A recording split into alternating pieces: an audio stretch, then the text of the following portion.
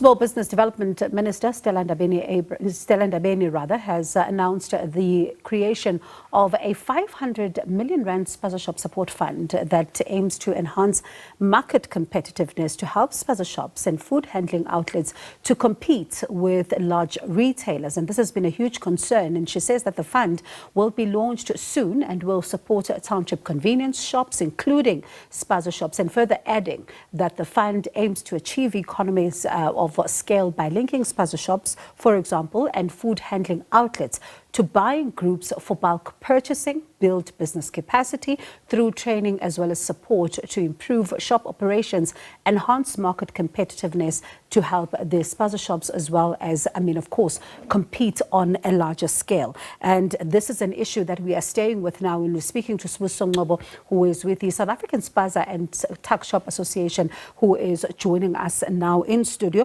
Sibusiso, good evening to you and thank you so much for your time. Firstly, how do you react to this latest news around this fund that is now going to be set up?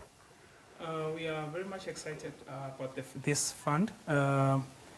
Since the dawn of our democracy, there has never been such a robust registration and engagement of the informal sector in the township economy.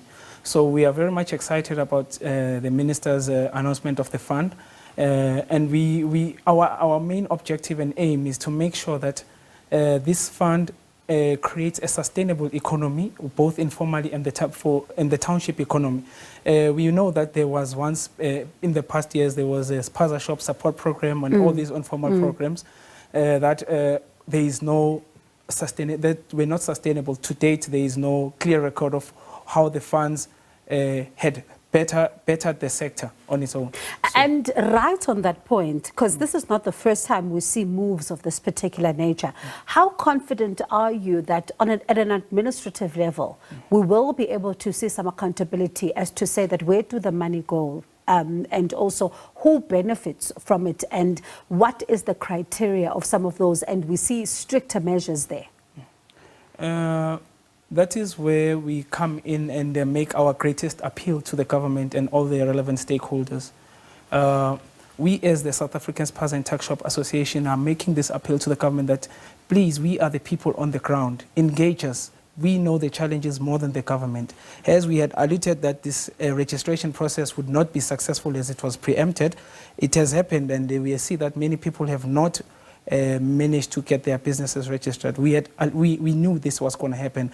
Hence, rather than being reactive and blaming the government, we are also proactive and had launched the Spaza Shop and informal sector hotline to address these issues of the people who had not yet been registered, because we are also gunning for the sector to be recognized, supported, so that it can also assist in the social ills that are facing our people and that identify with us as black people. So, Sbu, yes. I'm gonna get to the registration process in just a moment. I want to stay with something that you've said, right? Yeah. As someone who grew up in a township myself, you find that there is a Spaza shop that will know, and we grew up Siaga Mama and Ndabeni, for example, and that's where we buy bread and all of that. And then shortly after that, there's a bigger retailer that moves closer towards Ndabeni.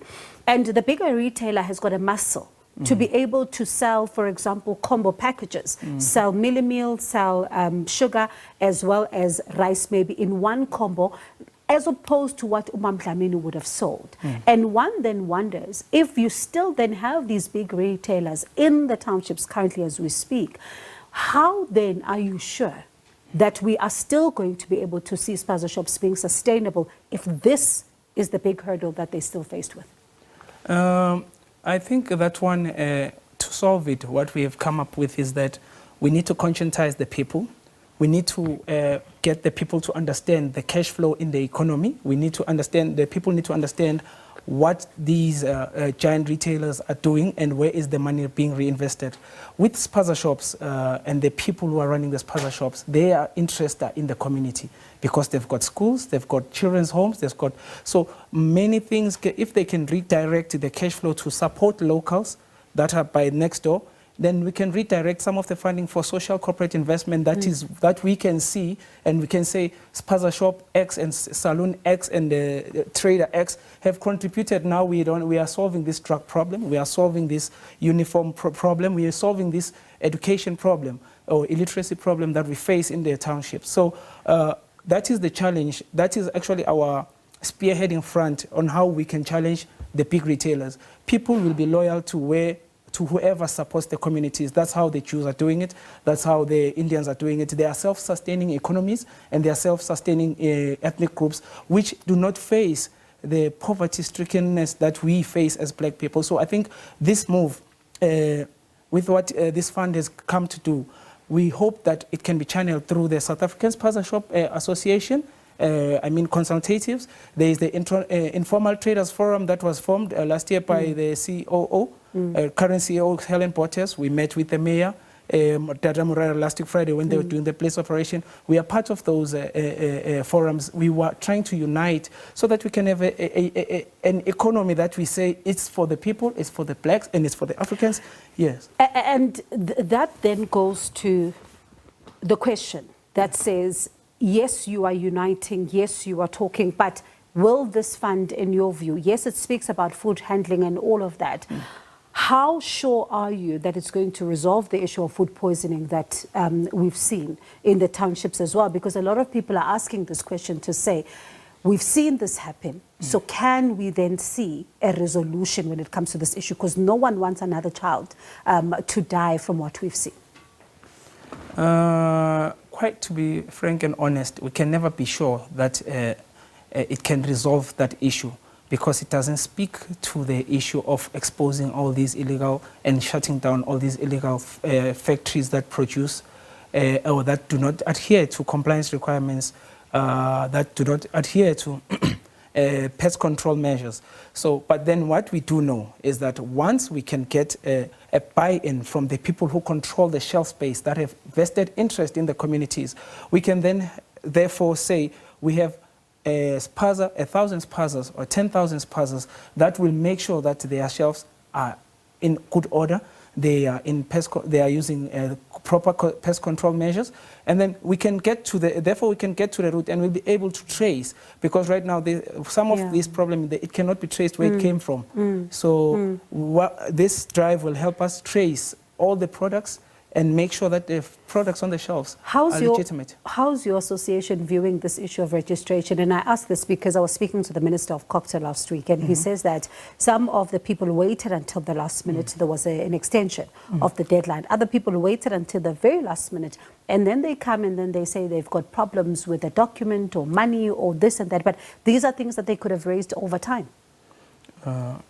I also saw that report by Minister Velonkosi.